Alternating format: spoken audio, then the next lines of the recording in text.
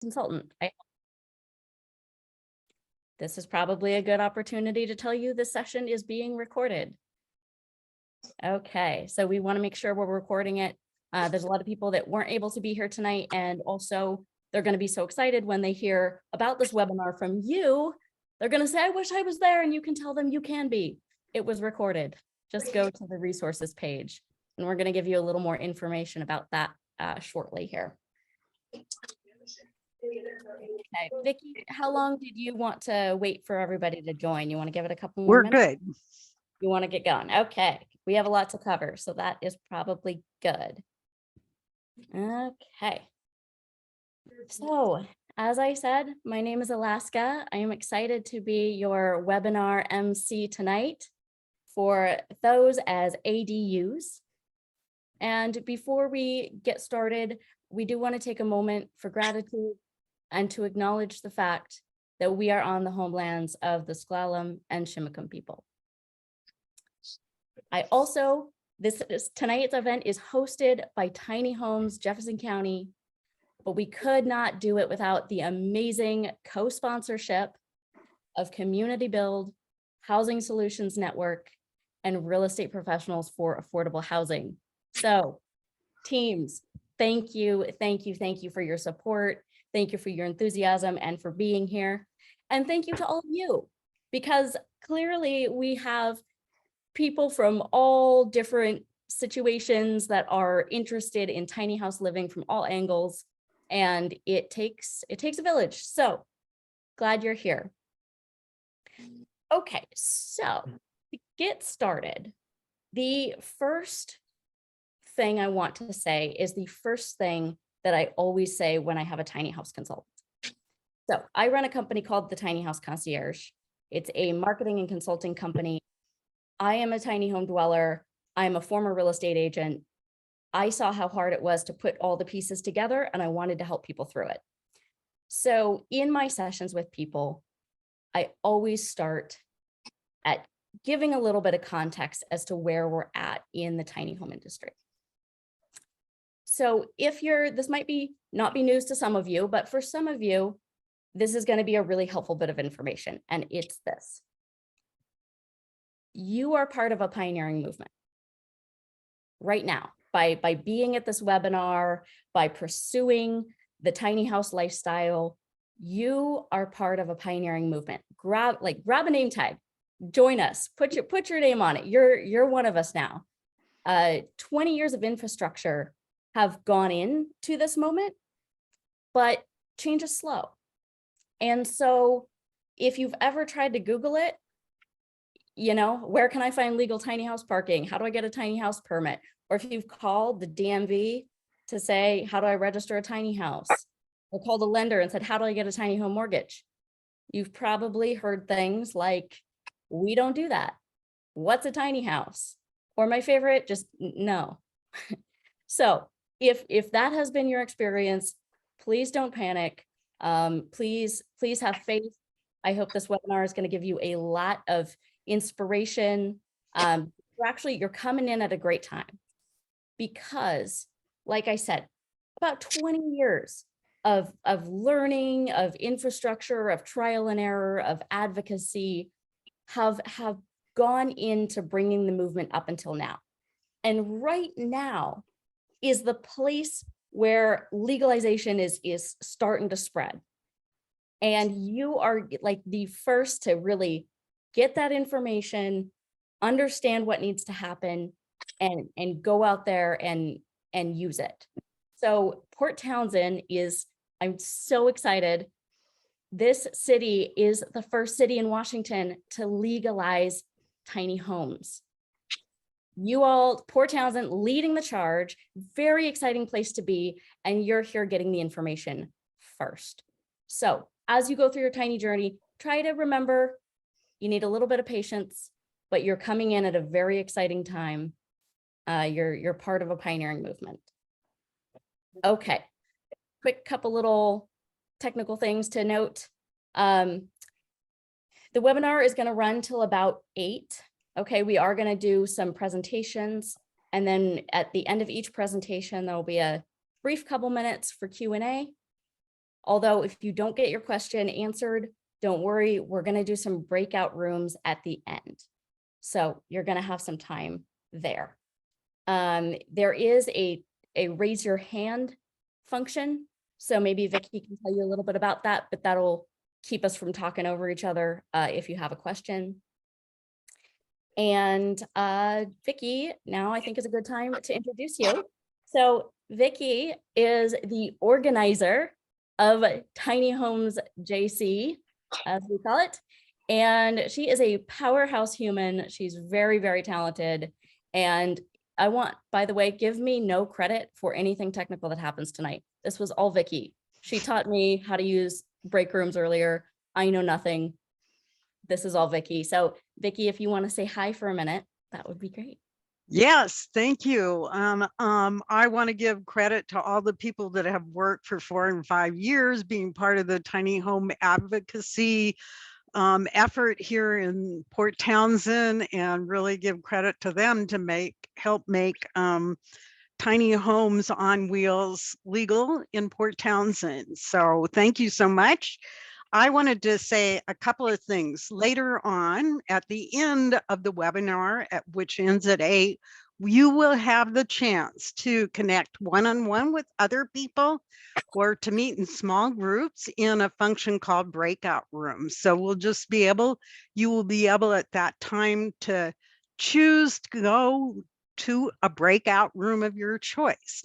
Now, if you have come up with an idea for a breakout room, you get interested in a particular issue related to what we're discussing tonight, you can message me in the chat and I will add you to the breakout room lineup. So right now we have a couple of people already lined up. Rob Haskell from Mount Baker Tiny Homes is going to be discussing codes with people who have questions about the codes and what standard to build to. And there'll be other opportunities. Alaska is going to also host a room on how to get started on your tiny home journey for those of you who are new. So that'll happen at the very end. And you can come up with an idea in the meantime. Also, we talked a little bit about chat. You can use chat to ask questions, and we might not answer them tonight because we are going to be focusing on the city codes and not the county codes, but we will have those questions and we'll be able to point you to resources that we already have or that will be available. So we're going to have a big resource page that you can refer to in down the road, and it will have these videos on them. So you will be able to go there to get your questions answered. So if you raise your hand, there's also a function at the bottom. On the reactions button, you can raise your hand. If you click on that, you'll see a raise hand if you want to ask your question live. And then you have to unmute yourself when you do that. And then finally, I didn't mention the resource page, and we'll be getting that to you after the webinar. And if you would like to be on our list of people to send resources to, etc., please put your contact in the chat. And if you don't want everybody to see it, again, just message me your email and I'll make sure you'll get on the email list for getting the resources. And I think that's about it for me. Okay. All right. Well, thank you, Vicky, for that little technical tutorial. And of course, for all that you do for us here in Port Townsend with Tiny Homes. We appreciate you. Let's get into the presentations. Our first presentation is by someone who is a little bit tiny house famous. Friends, if you don't know the name Zack Giffin, I guarantee you, you will know his face because he was the host of Tiny House Nation. Zack has always been a simple living practitioner, but he built his first tiny home as a tiny ski chalet to support his skiing career. He has built over 120 tiny homes. He is known for his incredible design ability. I don't know how he does some of the things he does. It's truly amazing. He's been on the board of directors for Operation Tiny Home, which works with multiple at-risk populations. And finally, he's the vice president of the Tiny Home Industry Association. So friends, if we can all give a little silent clapping to Mr. Zack Giffin. Hi, Vicky. Thank you Hi, very much, Zack. Alaska. Yeah, this is an honor to be invited to present to you tonight. And, you know, just before I get started, I'm just going to explain to everybody how much respect I have for Vicky, having worked with her on this ordinance and just seeing the way that she's been able to kind of take a great idea with a lot of passion and really see it through into something that gets turned into actual law. And I'll actually say, Alaska, I've actually heard nothing but amazing things about you from mutual friends of ours. And so it's an honor to be introduced by you. I, want to kind of start it off by just sharing a little bit of what it is about tiny houses that makes me so passionate about working as hard as I have for the last 10 years on the kind of challenges against living in small homes and then, more recently, tiny homes on wheels in particular. And, part of it is just because I think that it's just so well understood that housing and affordable housing is such an issue in our society. We all know about inflation and the cost of living, but it's really the cost of our homes represent such a large percentage of the money that the average American has, that any kind of increase in the housing cost really make a huge difference in people's bottom line. And so that's why, housing really impacts everything.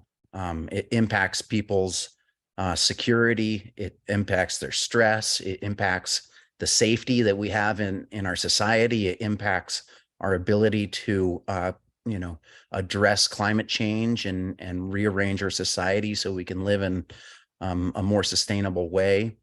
And so creating opportunities and breaking down the legal prohibitions against tiny homes really has the ability to impact just such a wide range of issues that face society.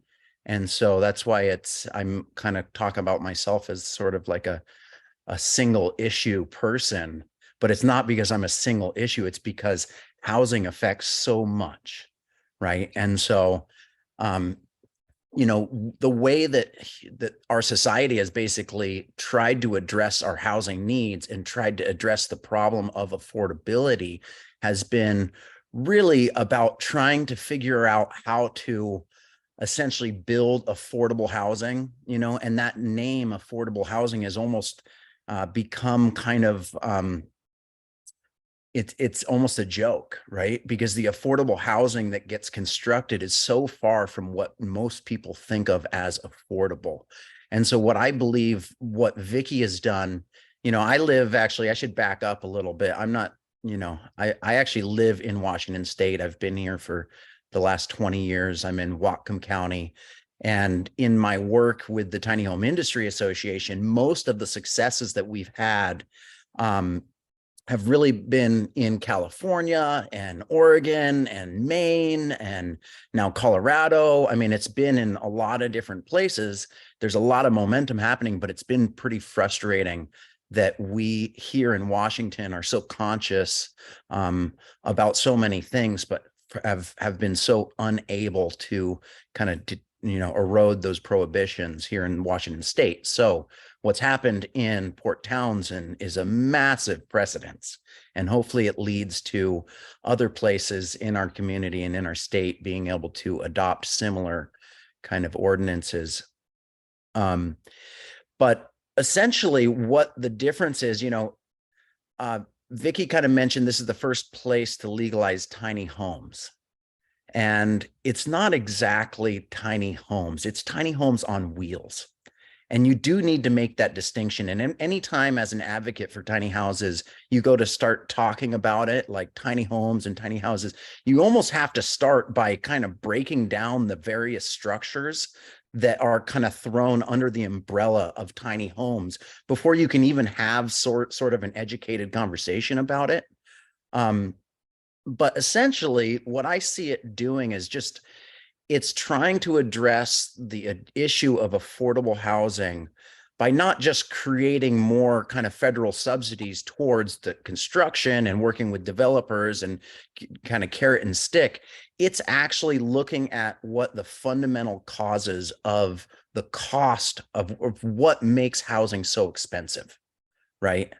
And there's a couple of ways that you can do that. You can address those costs by essentially building smaller is going to be inherently less expensive. It also inherently means that the square footage price of the home is increased because you're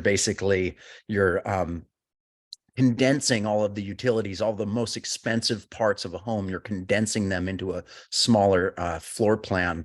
So the square footage price goes up, but the overall cost is reduced.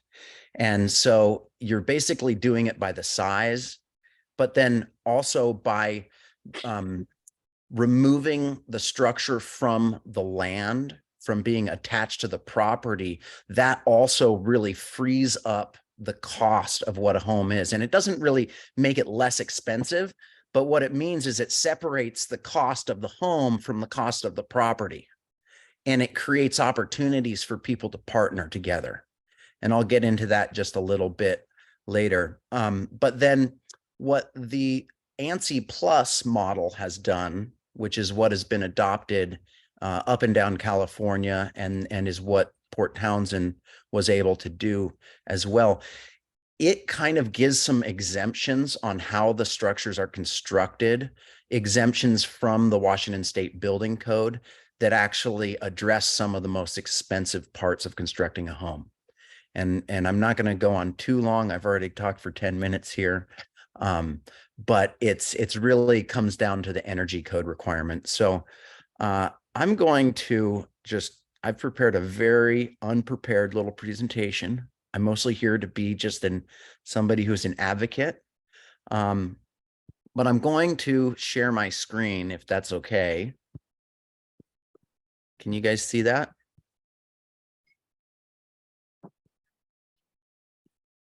Oh, hold on. And for some reason now there we go. All right.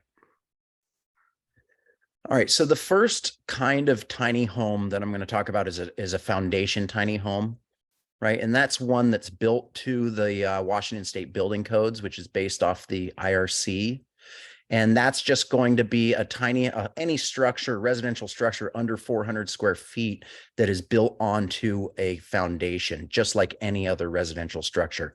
And it's going to be built by, it's going to be inspected by the local building department, and it's going to be allowed for full-time living in any residential zone, right?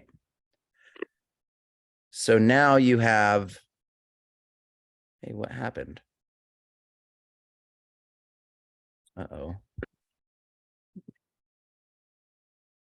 All right. I switched it over. Now you have something called the offsite modular tiny home. And that's essentially the same thing. It's built to IRC, Washington State Building Codes. And it's inspected and certified by LNI, but it's built offsite.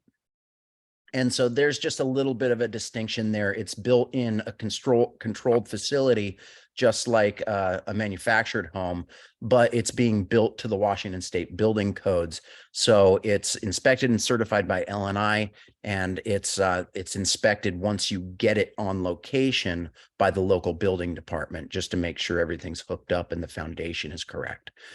It again is allowed for full-time living. Then you have a manufactured home. And I call it a manufactured tiny home because you can build under 400 square feet.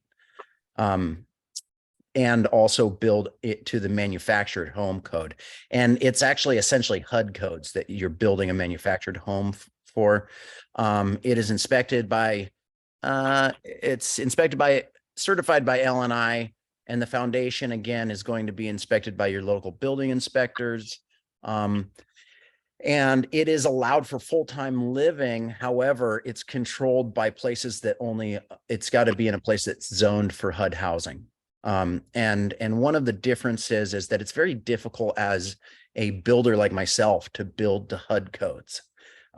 It's designed for bigger businesses that are going to be building multiple structures a year, which is great. But there's also some parts of the code that really lend themselves to kind of cookie cutter construction. And I don't want to get into it, but that's why you see so many HUD housing that just kind of looks the same, right? It's very similar structures, not a lot of customization that happens. Then you have the park model RV, tiny homes, and the park models are built to a different code, and it's called ANSI 1195. And a park model RV is essentially just a recreational vehicle, like any recreational vehicle, but it doesn't have self-contained. It doesn't have tanks. It's designed to be set in a location and then be hooked up to connections. And there's two different RV codes. There's something called 11.9.2, which is for essentially standard RVs. 11.9.5 just has some extra requirements that make them a little bit different in terms of the structure. They have to have they have a insulation requirement is one of the differences. And again, they're inspected by or certified by LNI, and they're not really necessarily inspected by the local building department. I don't know why that's there, but they are not allowed for full-time living. They're treated as recreational vehicles. And the difference is that it doesn't matter when you're talking about a code, it's a base code. And so you can build in excess of those codes all you want, but it doesn't change how it's treated in terms of what it's allowed to be. And so most of the park models, like this is a very good example, this park model, and it's a terrible photo. I'm sorry about that. But, most of the park models that are being built now, they're not being built to the base code. Like the base code only requires an R5 of insulation in the walls, right? Most park models that are being built, they're exceeding that in a lot of ways, but they're still treated as RVs. And so that's something to really keep in mind, and then you have what we are calling the movable tiny home, or tiny home on wheels. And what we have come to in terms of with the Tiny Home Industry Association is what we're saying is that, okay, there are elements of the residential code that are important for health and safety, right? But there isn't a way that when we started this, you could build what people are considering tiny homes and comply with the residential standards. Okay. So what it was essentially saying, okay, if we build to the ANSI 1195, which is the park model code, but then we throw on top of it some additional requirements that are found in the residential codes, then the cities that are saying, okay, well, if you do that, we're going to specify what types of residential requirements are going to make you meet what our definition of is a movable tiny home.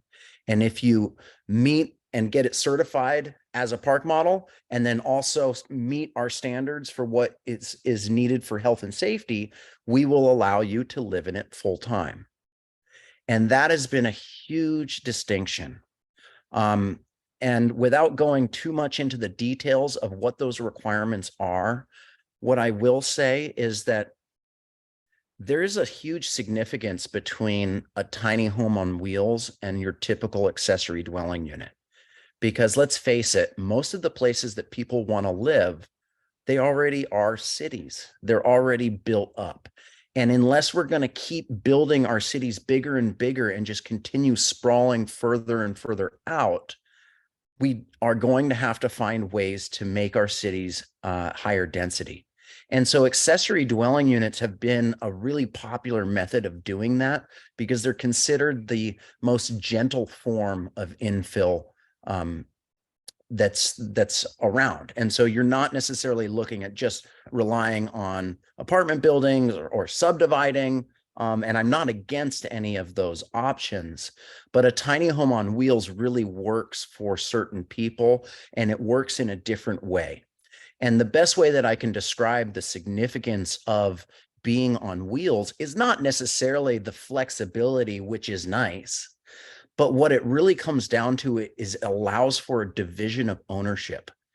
See, if you're going to allow a place to have accessory dwelling units in the backyards of single family residences, what that means is that the entire cost burden falls upon the property owner to be able to afford their mortgage and then also be able to afford to construct an accessory dwelling unit in the backyard.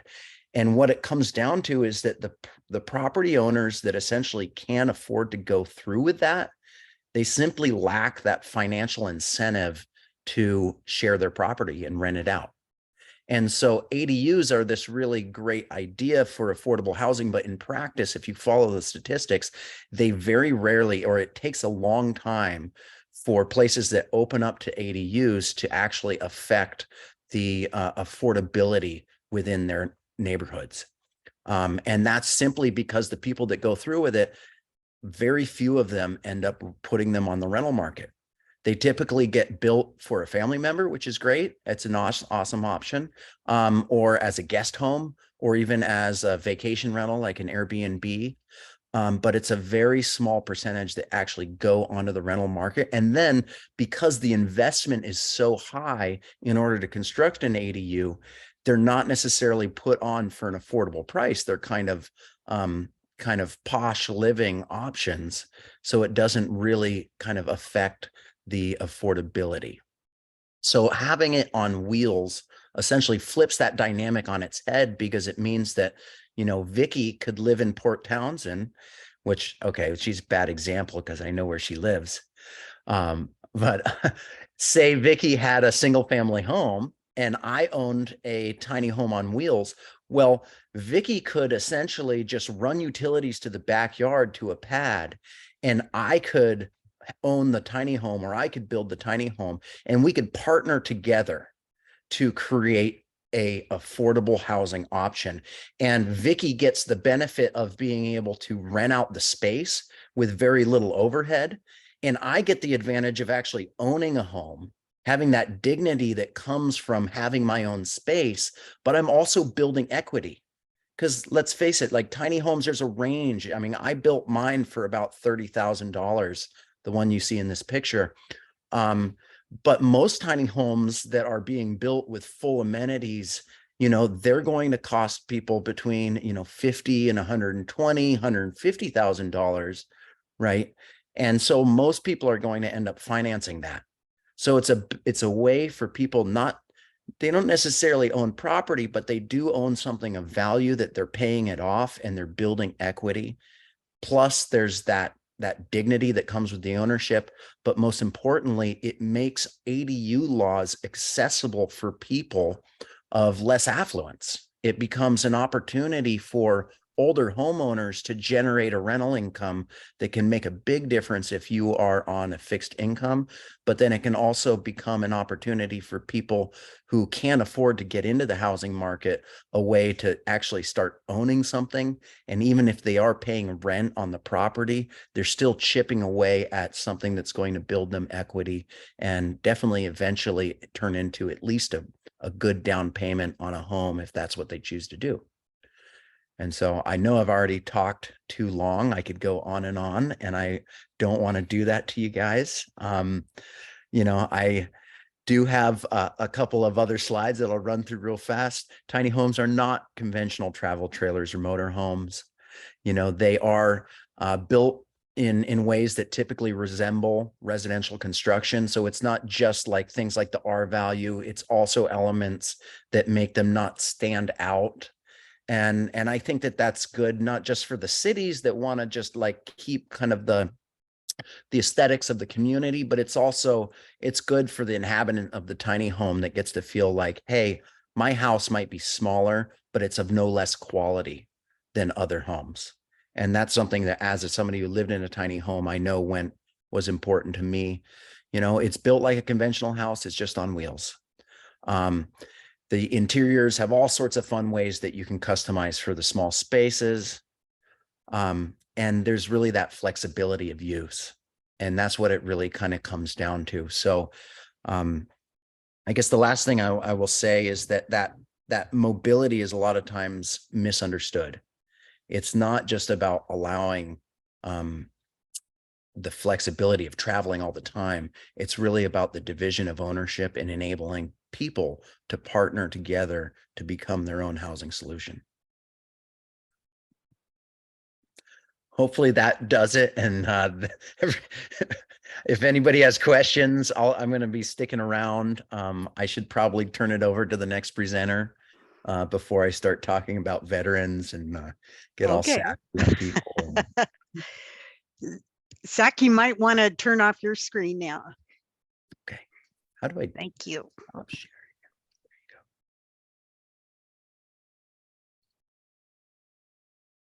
And Alaska, if you want to go next. Okay. I muted myself so I wouldn't rustle papers. Okay.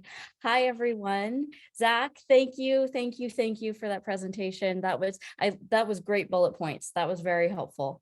I'm looking forward to watching this again on replay tomorrow over coffee. So thank you very much. And friends, if you want to talk to Zack more, this is a tiny micro fraction of everything he knows. So make sure you stick around, jump into that break room, ask him some more questions there for sure. Okay, so next presenter is me. My name is Alaska. I am a tiny home dweller here in Washington. I am the founder of the Tiny House Concierge, which is a tiny house consulting and marketing company. I'm a former real estate agent and I live in a tiny home. So I saw how hard that was to go tiny, and I wanted to help people navigate those pieces and do it safely, because this is an industry we're all creating together. There's a lot of pieces flying around, and sometimes there's great inspiration, but sometimes there's things that aren't so great. So my job is to help people navigate those things, find good builders, good insurance companies, transportation. I help you figure out the details. And I also share a lot about the lifestyle. So Vicki, I think you have a little picture of my tiny house. I wanted to do some, Yes. if you don't, that's okay. I am sharing now. Don't worry. So I had a couple pictures, but it's holding. So this is my tiny house, and I call it the Tiny House of Peace. And it is completely changed my life. I bought it 2.5 years ago because I was tired of living in a world where I was spending all of my time at work just to pay for an apartment I didn't own and wasn't in, so that I could have really crappy health insurance, no vacation days, and no hope of retirement. And I was like, this is not a life plan. I have to make a change, or I am one broken arm or something bad away from just a giant debt spiral. And I knew I needed to make a change. So I did a ton of research. I looked into every possible lifestyle. I looked into RV living, van life, tiny homes. I looked into buying a fourplex, living in one unit, renting out the other 3. I looked into moving to a different place. I looked into all kinds of different lifestyles looking for an answer. And in that process, I got a real estate license. And I started, I was living in Orange County, California. First house I show is $4.3 million.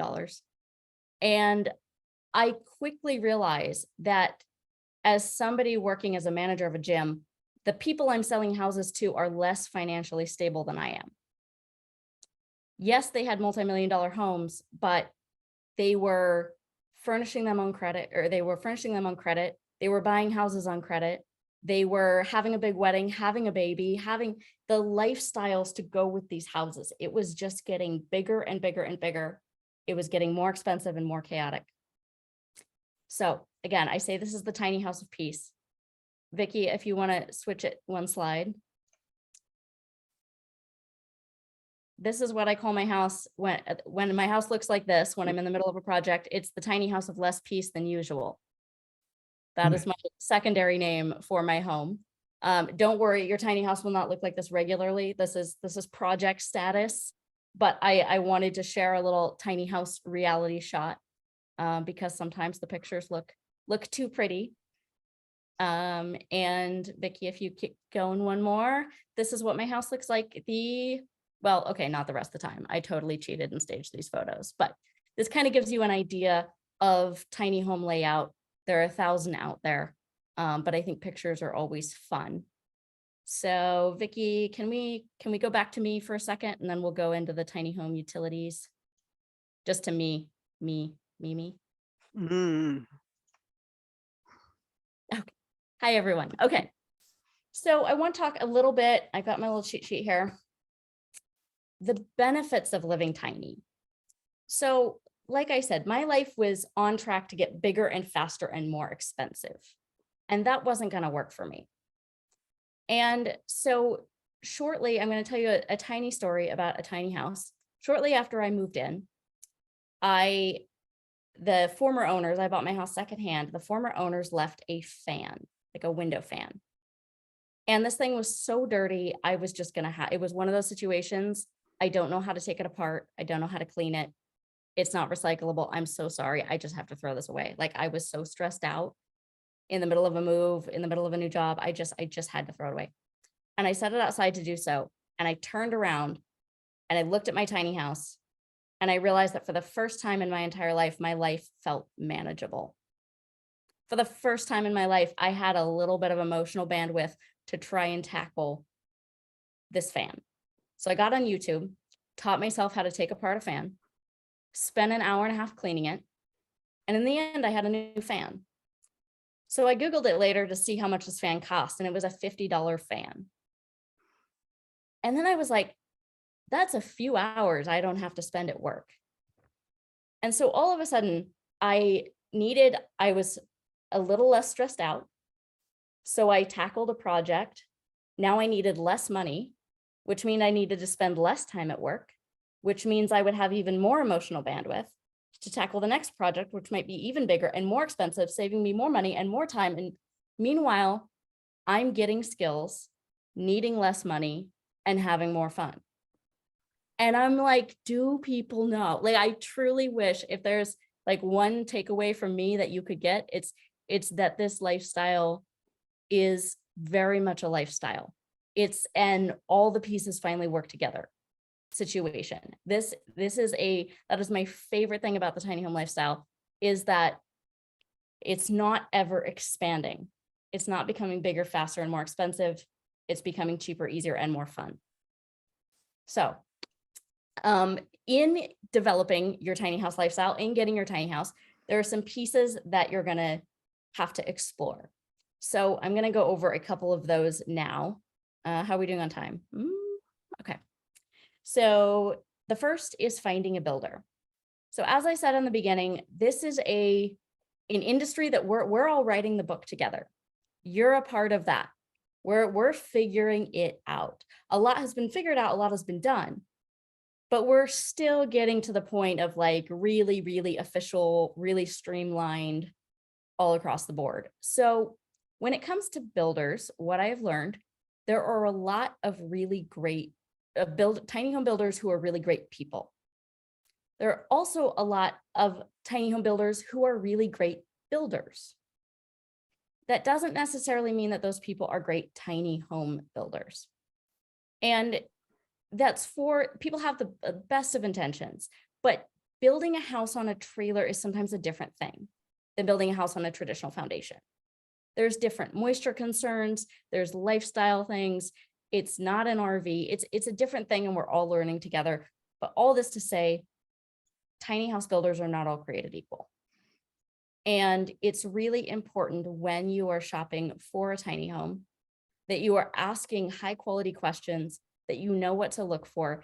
And so you know how to find someone who has experience. They have happy customers, a long track record of developing, you know, tiny home models that work well, that are lasting, that a tiny home that's certified. And we can go into more details about that later, but please be careful when shopping for builders. Please do your due diligence. If you buy a tiny home secondhand, remember to get an inspection because you are buying a house. You might have to explain to the inspector, as I did, what a tiny house is, but you can get someone to do it. So that's my little PSA for finding a builder.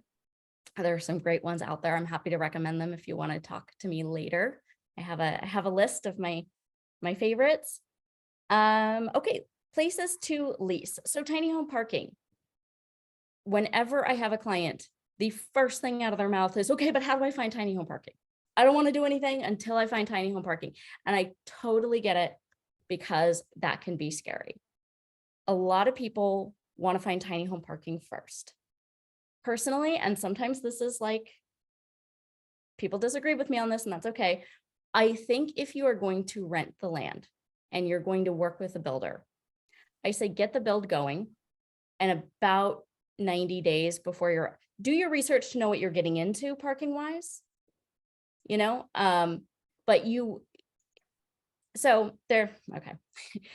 there's legal tiny home parking. If you want to go about this by the book, you'll want to do a lot of research ahead of time. Also, I think it's important to say this is unfolding in real time. And there's a lot of people, myself included, who have been in a gray area with parking. And that's just as real as I can put it with you. I've lived in spaces that were 100% legal, and I've lived in spaces that were like, let's hope the neighbors don't complain. So that's parking. Parking is tricky. But here in Port Townsend, very lucky, these laws are being passed. It's going to make parking a lot easier. So how do you find it? Well, I have seen a lot of success with people making flyers. So you put a picture of the house you are building or a similar house to what you're planning on. You put your name, you put your information, you put some information about the utilities and the hookups that you'll need. And then you can go ahead and post that to Facebook groups, to gardening community pages. You know, if you want to stick it up at the grocery store or something, you know, any place where people can get a feel for, oh, that's what she's talking about. Because sometimes you say tiny house and people think they know what you're talking about, but they don't. So pictures really help. Information about utilities helps. That's definitely how I would at least start going about parking. You can also ask me, and I can, if I know anybody, I have a little Rolodex in my head. If I know somebody who has a spot to offer, I can do what I can to help you with that. So utility connections. How are we doing? Time. Okay. It got a little bit longer. So utility connections. The good news is tiny house utilities are pretty straightforward. So if you want to go off grid, I am probably not the person to talk to. I am not an off-grid girl, but I am very excited by people who do pursue that lifestyle. If you want to be fully on grid, it's actually pretty easy. If you have, if you're familiar with RVs, it's very similar hookups. So it's going to be pretty plug and play. My aunt actually called my house an instant house when I set it up here in Washington. She saw it was pretty plug and play. So water. Oh, could we do the slides, Vicky, if you have a moment? I think the pictures are going to help here.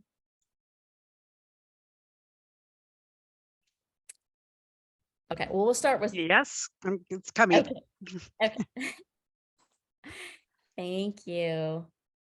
Okay, so here's some pictures of the utility connections. So that yellow one up there, that's my electrical. So there's an electrical pole in the backyard of the house, And then there's a little box that comes off. It's just a 50 amp RV plug. I literally just plug in my house like a lamp. It's a bigger plug, the end. If you've plugged in a lamp, you can plug in a tiny house. It takes less than 10 seconds. Just be careful, make sure the breaker's off, do it right, but you'll be good. Easy to go with electric. Water is super simple as well. It's just a garden hose connection. So if there's a main house, that garden hose spigot on the side of your house, you'll just connect a potable water hose, same exact dimensions as a regular hose. It's just made for drinking water. Screw it onto your house, screw it onto your tiny house, the end, there you go, now you have water. As far as sewer, so I have had a separate waterless toilet. Some people refer to it as a composting toilet. I have used those, love it. If you want to ask me questions about that in the breakout room, I have so much to say about those toilets.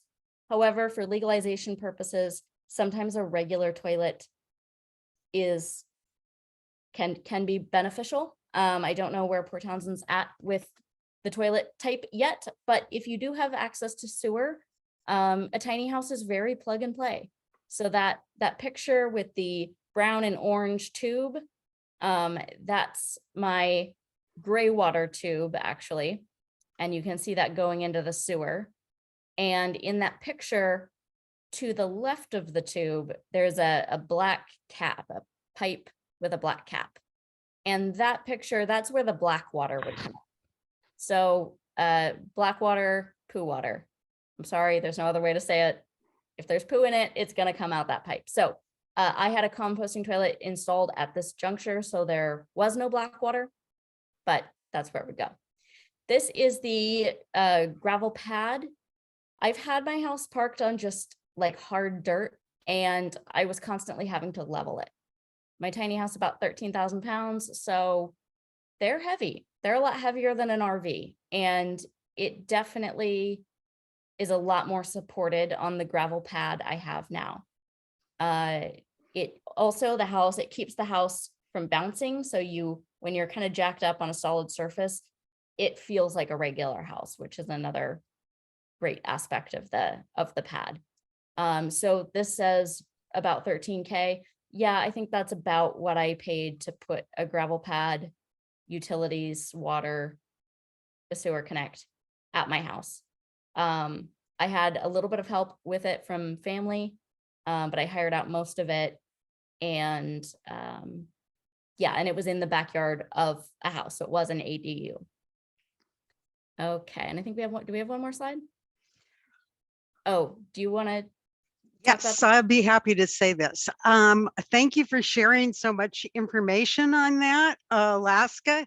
I do want to point out there are going to be some particulars about Alaska's setup that will need to be upgraded a bit for Port Townsend requirements. So for example, we won't be allowed to use the garden hose connection.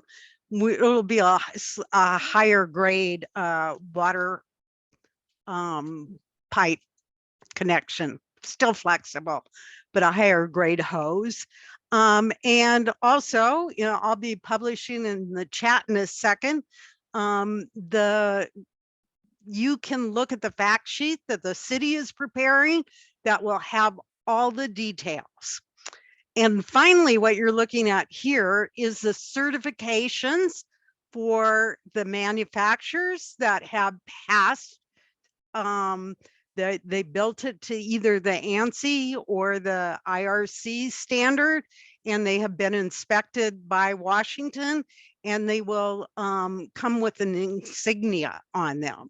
So you want to make sure that when you're purchasing a house that the housing builders, manufacturers can provide you this insignia that they are building to these standards.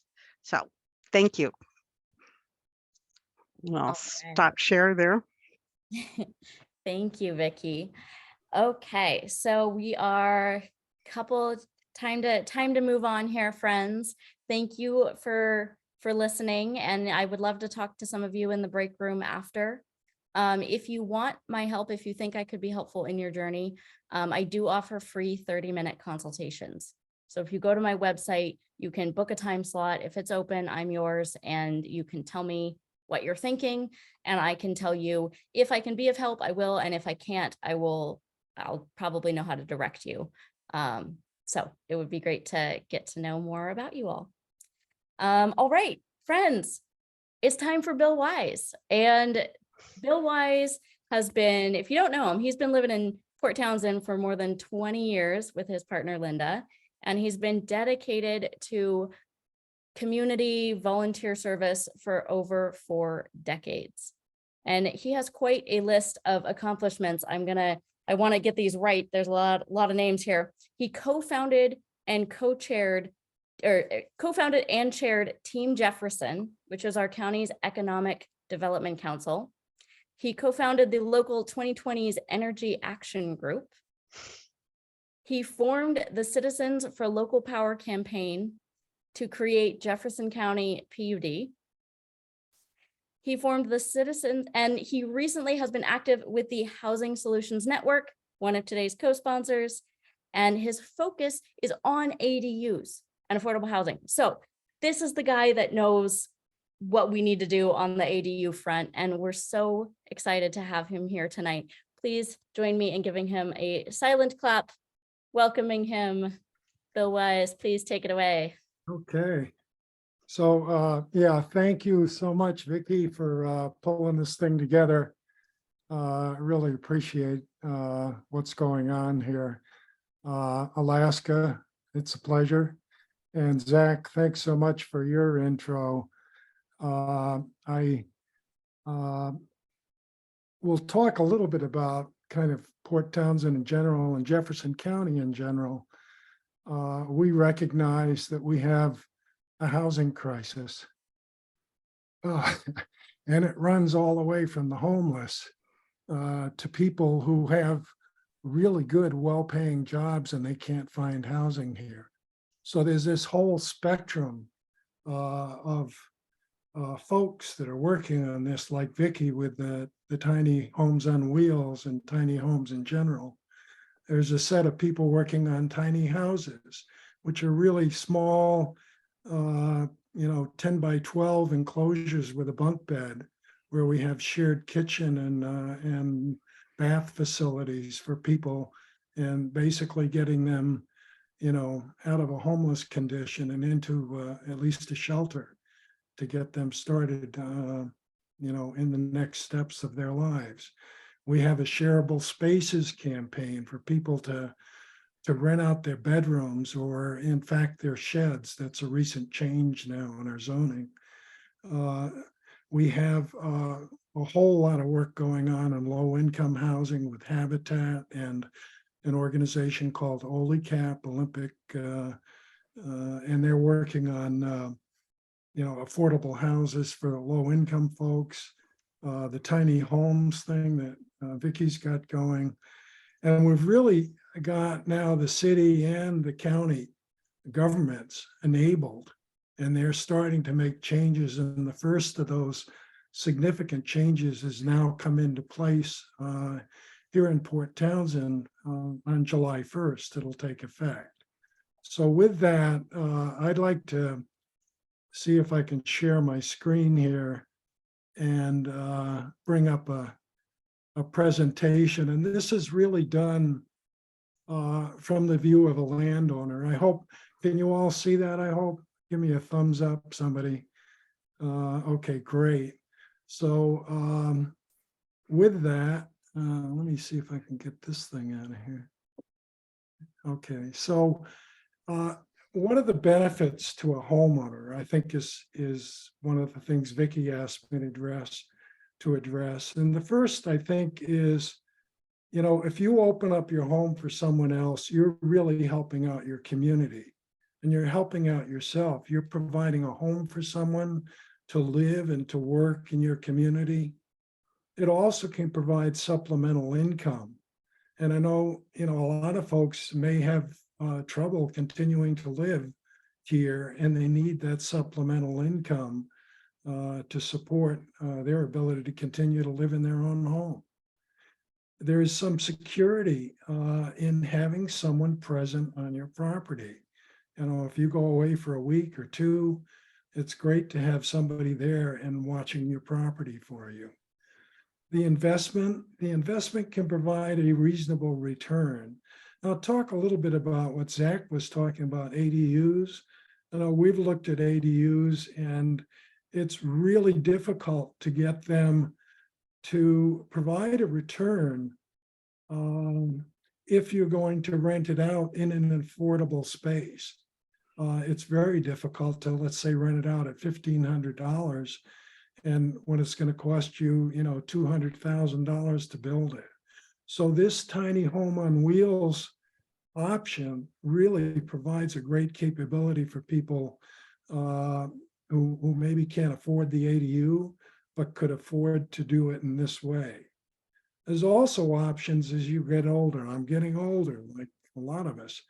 And it would be great for me to have a caregiver living here on the property, or even to replace lost income if myself or my spouse, or vice versa. And it can provide a source of friendship. So I'll go into that. Then next, so what are the different scenarios for having a tiny home on wheels on your land?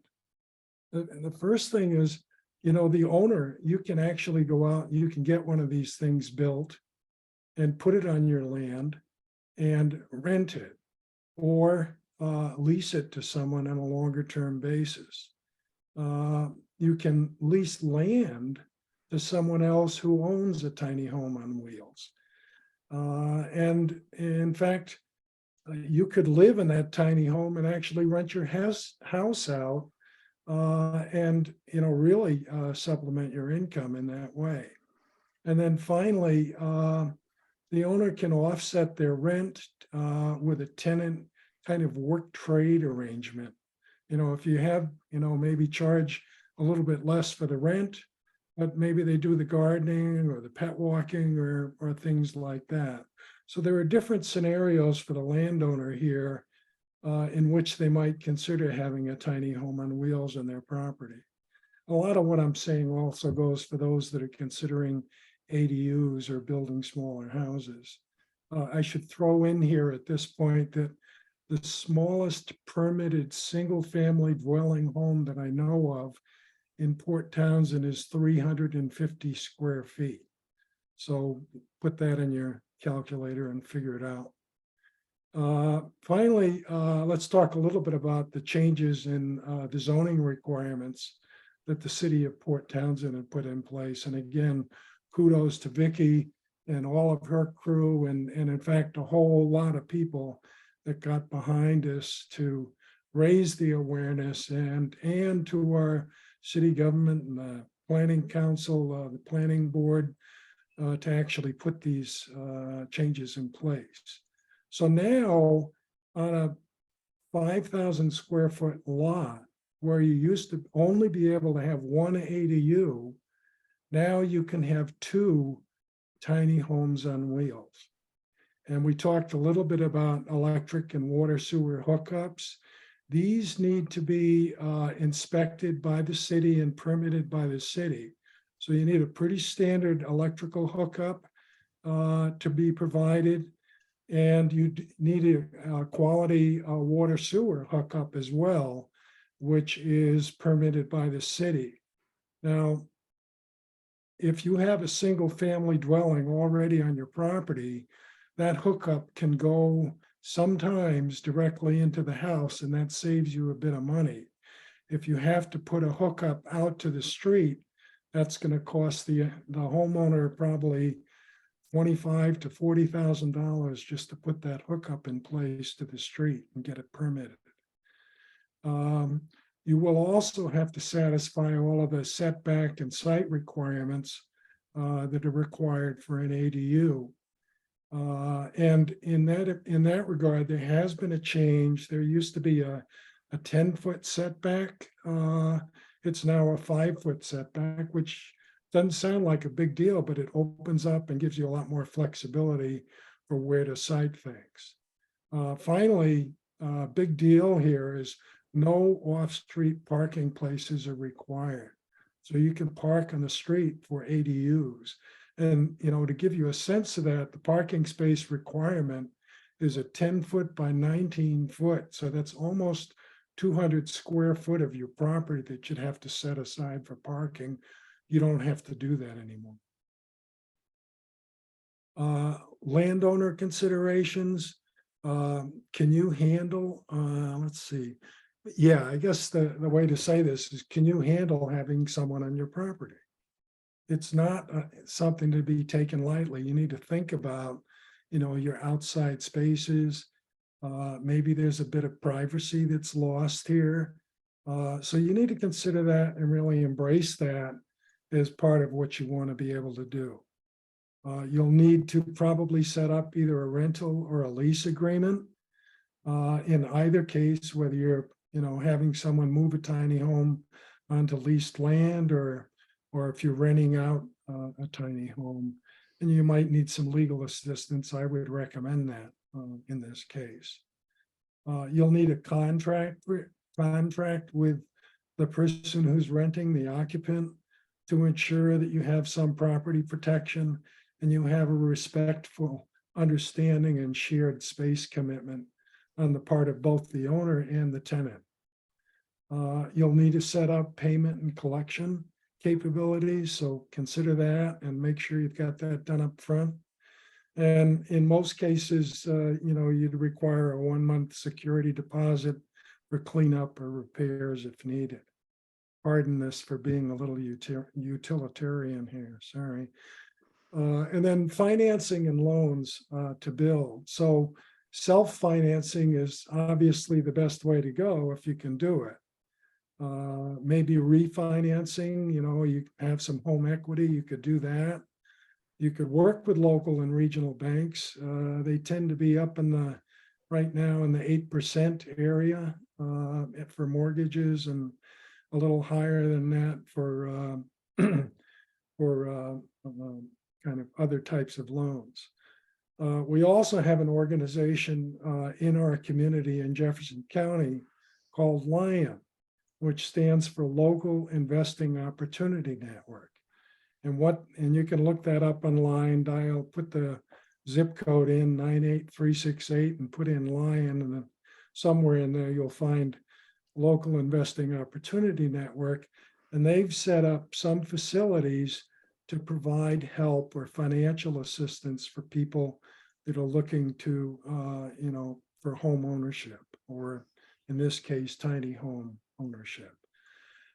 It's not a promise, you know, probably 1 in 5 get assistance in that way. But basically what it does is it connects you as the person who needs money with someone else in the community that's willing to provide you monies, or in the form of some sort of a promissory note. And then finally, there's sweat equity, and that works if you are doing some of the build. It doesn't work if you're going to buy it outright.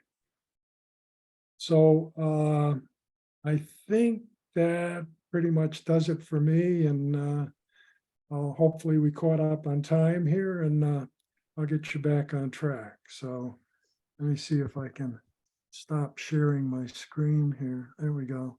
All right.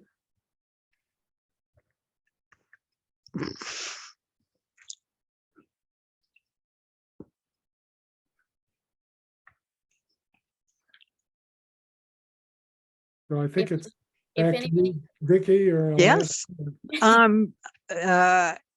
Alaska's going to moderate the question and answers. So if you again have questions, you can raise the your hand by hitting the reactions button at the bottom of your screen and then raise hand. For example, I just did that. And or you can put a question in the chat. One thing I think that maybe we haven't been talked a little bit more about, and I think Zack might be able to answer, is the question on how to get insurance for tiny homes. Zach, are you still there that you can answer that question? Yeah, hi. There are a variety of different insurance companies that have started to kind of create packages for tiny homes. I'm honestly not the person to talk about it though. I have never insured my tiny home just because I always thought, hey, if something happened, I'll just build another one. Um, so I should probably I should have let you know ahead of time that that's not really my specialty. But I do know if you go to the Tiny Home Industry Association website, there is a whole list of members of the Tiny Home Industry Association, and some of them are insurance companies who work with us. Vicky, I can talk a little bit about insurance if you like. Please. So I cannot build my own tiny home. I am not talented like Zach in that way. So I do have mine insured. There's different companies that will do it. Strategic is one of them. And if you want to hit me up for resources at any time, please do so. My information's in the chat. But there are many tiny house companies or many insurance companies that will tackle it. They just might tackle it in a different way. So the key piece to know when you're looking for tiny home insurance is it's not the same as shopping for home insurance. If you go and you try to get like a traditional homeowner's policy with any insurance company, and then you drop tiny house on them, they're going to dissolve into chaos. They won't know what to do. So you're better off working with, there's a small group of companies, Mac Insurance, Strategic, that will offer specific tiny home insurance in some cases, or in some cases it kind of falls under like RV insurance, but it's not going to be a traditional homeowner's policy. And anytime you are shopping with a vendor like that, you want to really get clear and make sure that they know what a tiny house is. There's a lot of people who are like, yeah, okay, you live in a small house, we get it. They don't get it. So you want to make sure that you really specify what a tiny house is. Also, sometimes it's in your best benefit to say, with a tiny house on wheels, to say travel trailer. Sometimes it's best, we know it as a tiny house, it's our home. It's not a travel trailer, but sometimes it benefits you to use the language that people are more familiar with. So when shopping, that's another thing to keep in mind. And then as far as insurance, like little stars I'd put, sometimes insurance companies will cover your home, but not when it's in movement. So you want to make sure that you let your insurance company know, hey, I'm moving my tiny home, then it's going to be parked here. Sometimes they will do like put a special clearance on it or something for that time period. Some insurance companies will have requirements like strapping your house down with hurricane straps, or it being on a particular kind of foundation. Each one's a little bit different. I think I pay about $100 a month for insurance, but I know of people who get it less expensively. I just really like my insurance company. I have a Lloyd's of London policy, which is one of those policies that insures like celebrity limbs and, Miley Cyrus's voice. And I don't know, I'm making stuff up, but the insurance that covers all the strange stuff and fun stuff, they will do tiny house policies as well. So. Okay, thank you. That was very informative. I also think that some homeowners might be able to put it on their home insurance policy, but I'm not quite sure. If it's an ADU, possibly that we might be growing into that being more of the case. Yeah, but we'll see. We'll try to develop some more information on that. Okay, here's a question about, can you talk about septic versus sewer? In Port Townsend, you're most likely going to be on sewer. So, but if you're out in the county, you might have a septic system, and it varies what they require. So there are the more progressive places have started counting tiny homes closer to bedrooms rather than as a full unit. So it's going to be up in the air for a while. This is one of the areas where they're still developing the requirements. But I think that the trend is towards not counting it as like a full dwelling unit, such as they would count an ADU. So that's the answer to that. We'll have more information about county requirements on the resource page as we're focusing on the city tonight. I don't know if anybody want to add anything to that on sewer versus septic and what they're counting. And I also saw another great question in here, if I can find it.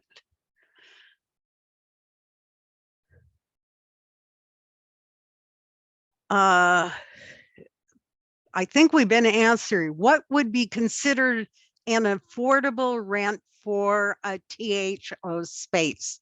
So if you were going to lease space for a THOW as an ADU, what would you say, Bill? How would you go about figuring out what appropriate rent would be? And I think Alaska can talk about what the comparables are here too. Yeah, I think there are a lot of different definitions. In fact, there's even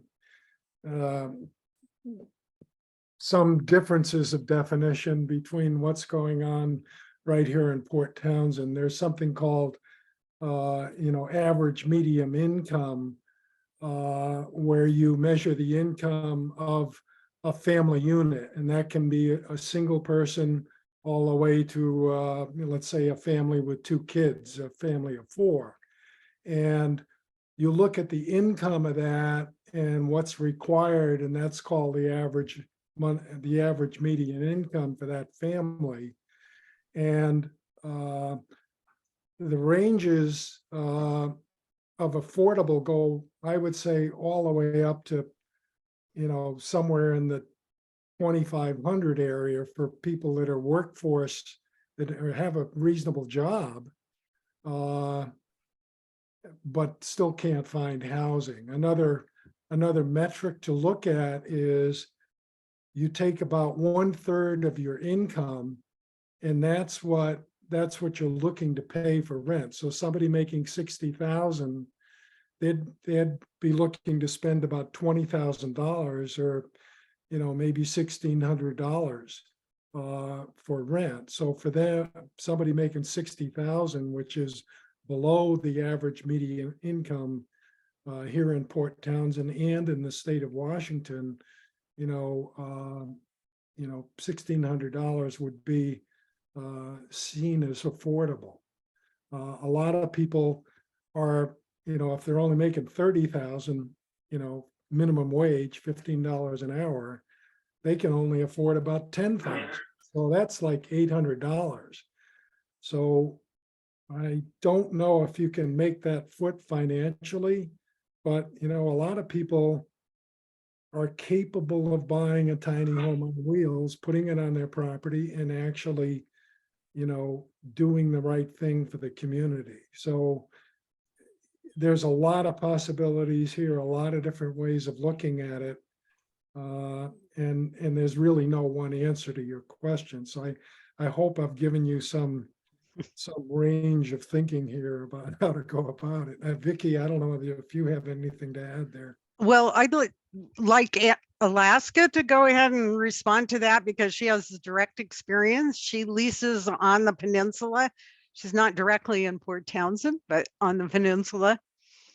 I'm close, yes. So like Bill was saying, there's a lot of different ways to look at it.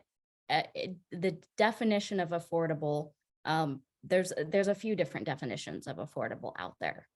And then if you look at it from an investor standpoint or land developer standpoint, whether that's an individual homeowner or, any kind of company that would be creating a tiny house community, for example, there's the the bottom line. They have to make sure they rent it at a rate that covers the cost of the development. And then there's a third metric, which is market value. So what can you charge and still get renters? And here, as we all know, market value is high. And that's part of the housing crisis. That's part of the reason we have a problem. So it's important to understand the difference, I think, between, how are we defining affordable? How do we literally make this pencil? And then what is market value? And then how do we get it below market value? And some of that is just going to be people getting creative with how they get the development part done. Some of this is going to be homeowners who are just willing to take less than market rent because they want to be part of the solution, and not part of the problem. Some of this is, there's a lot of pieces. Like Bill said, it's hard to give one specific answer. I will say I pay $500 a month right now for land, and I pay about $100 a month in utilities. So that covers my water, my electric, my sewer, propane, and that's pretty decent. I know of people paying a little bit less than that. I know in different parts of the country, I've heard of people paying like $300 a month, $350. I will say at the Port Townsend Eco Village, we have 3 tiny houses and we charge them $350 plus utilities. Cool. Yes. Yes. That makes me happy. Very cool. Yeah. So that's, when I was in Boulder, Colorado, I paid $565 a month, and that included utilities. That was a little low for the area, but that's what happened. And in Austin, Texas, I paid $550 a month. And that also included utilities. So I know in California, I've seen spaces for like $1,300 a month, no utilities included, like coast of California. So it can get kind of crazy. But I think here we're working on getting some more affordable options out there. If $350 is awesome, Vicki. I would love to know more about how that infrastructure went together, so we can get more $350 spaces. A whole lot of civic-minded people did that. Okay, I think we're coming into the end of the presentations proper and the end of the webinar. I hope you guys will stick around for breakout groups if you have any questions that you would like to share, but I think we have time for one or two questions. Yeah.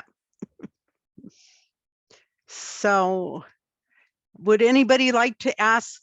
Mark raised his hand. Mark, would you like to unmute and ask your question?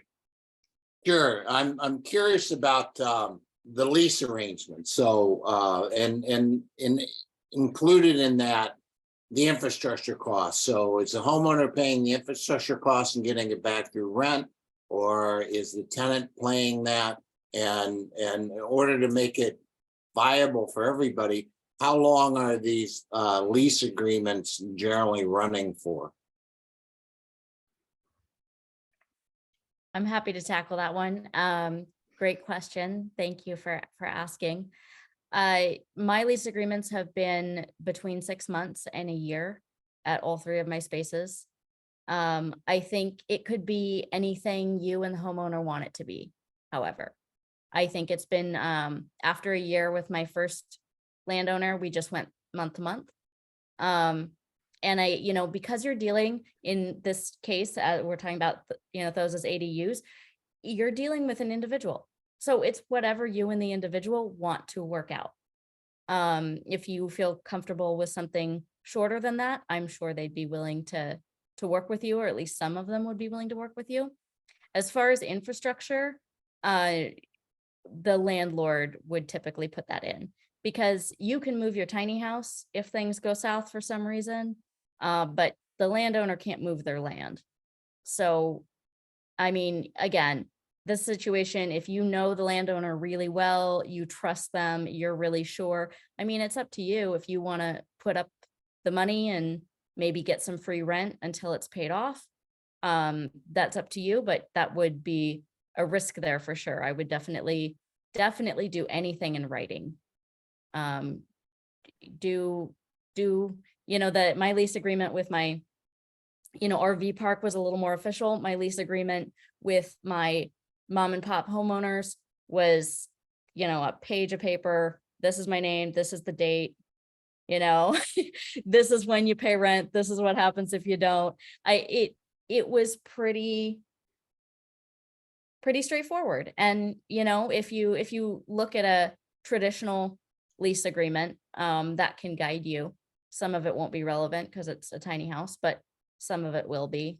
You can use that as a guide, but I'll say in practice, the ones I've had have been one page, pretty straightforward documents.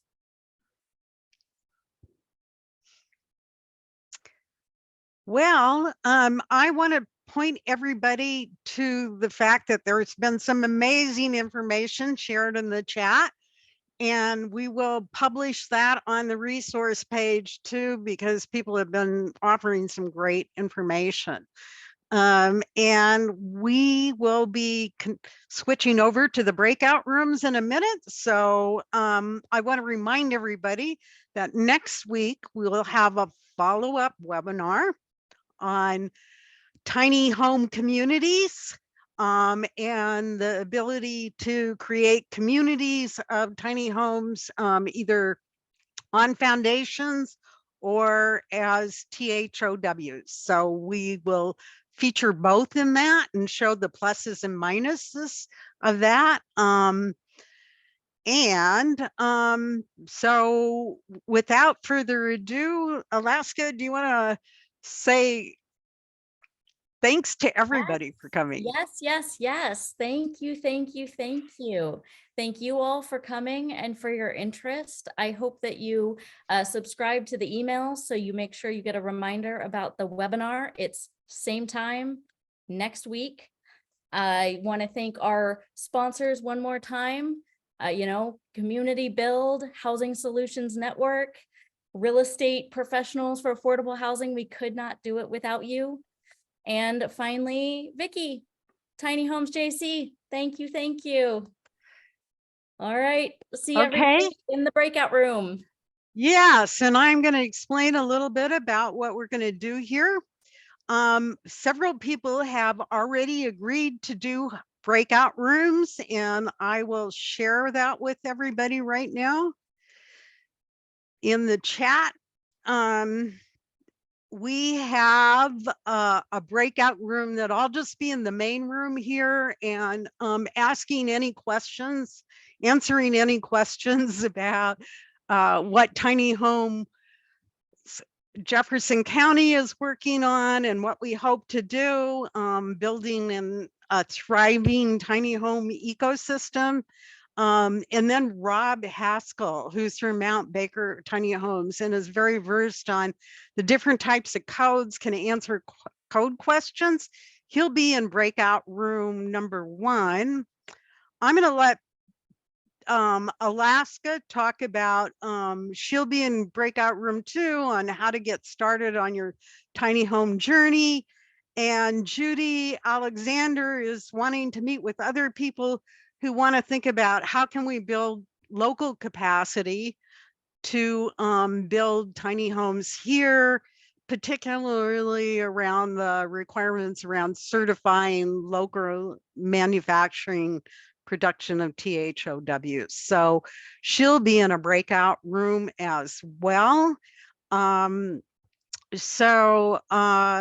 way this works is I'm going to publish the breakout rooms, but in the meantime, I would like to ask if anybody else wants to do a breakout room. I would just also like to take a minute to introduce KT Labady. I'm not sure I'm saying your name right there, KT. Would you like to introduce yourself And she's part of the city's great effort to get information out. And she's just she's at the front desk, I think, at the city, and can be answering a lot of questions on THOWs and ADUs and all that kind of information. KT, do you want to? Yeah, I'm KT Lavity. I'm actually the code compliance officer for the city of Port Townsend. So if there's issues with tiny homes, I will be the person that you'd be dealing with. But we're trying to prevent issues by getting out some really great informative documents. The one that we're finishing up right now, it's about 14 pages, and it's just specific to tiny home on wheels. So it'll have all the information you need, and we're hoping to have that out next week. And I might just join Rob's group, since he's going to be talking about codes, in case there's anything that comes up that folks need a little more input on, if that's okay. Okay, that'd be fine. Does anybody else want to add anything on breakout rooms before we go into them? Okay, so the idea is you get to choose your breakout group, and you can, I'm not, and I'm hoping that it's there now. Is it visible now that you can choose your, if you go down and click on breakout rooms, Yep. you should be able to do that and choose your breakout room. And you can come back anytime and join another one if you would like. So KT will be with Rob in breakout room 1. Vicky, do we need to choose our own breakout room as a host? Yes, if you want to. Yes, or you could stay here with me. I can answer questions too, probably, at least somewhat. Just a note to save the chat before you go to a breakout room, because I've heard that it can get lost if you. Oh, thank you so much. I will do that. I'm going to save the chat too. So